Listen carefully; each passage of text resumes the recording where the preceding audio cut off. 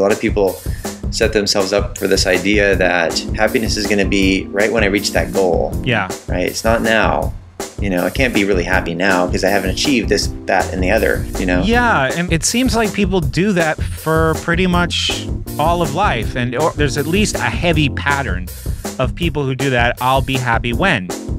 It seems to start when we're very, very young, right? That happiness is something, or the inculcation of the idea that happiness is something that's deferred.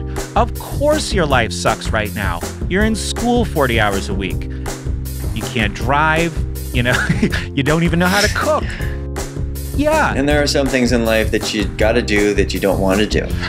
But if Seriously. Yeah, but if you stay on this track of shittiness, one day it ends at yes.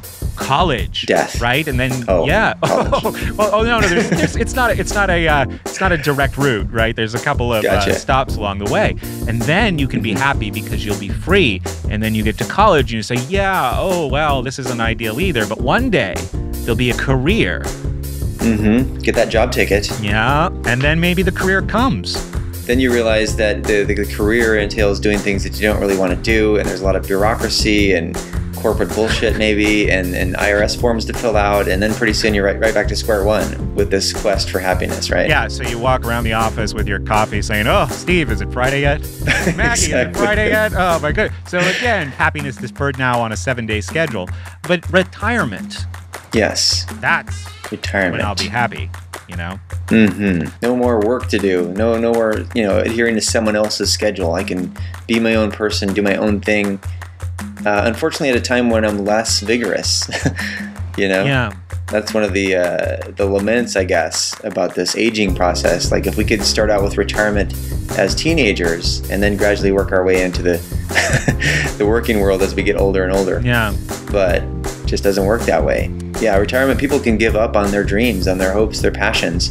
I think as long as people keep their minds active, regardless of what they're doing, whether it's for a paycheck or not, I think it's just more ways to find, well-being and enrichment. And I think there's a lot of people who do find happiness here and there, but in my observation, people I've been close to and a life that I've led in the past too, is that it often feels like you're bobbing and weaving in this congested traffic jam of all these things that are trying to make you unhappy, and you're occasionally like finding your way to someplace you actually want to be.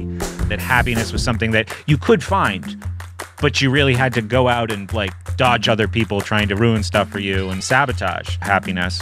Yeah, so how to empower ourselves to achieve it internally rather than have it depend on external circumstances, because those are pretty fleeting for the most part. Daniel Siegel talks about mind sight. Yes. Having that mind sight to really be aware, bring consciousness to our inner world so that we can heal and grow in that way towards happiness, and actually realize that happiness is that process of really attending to our inner world and having empathy and compassion for this process that we oftentimes find pretty challenging. I mean, I was thinking about self-empowerment and how children, their first attempts at empowering themselves are sometimes shut down.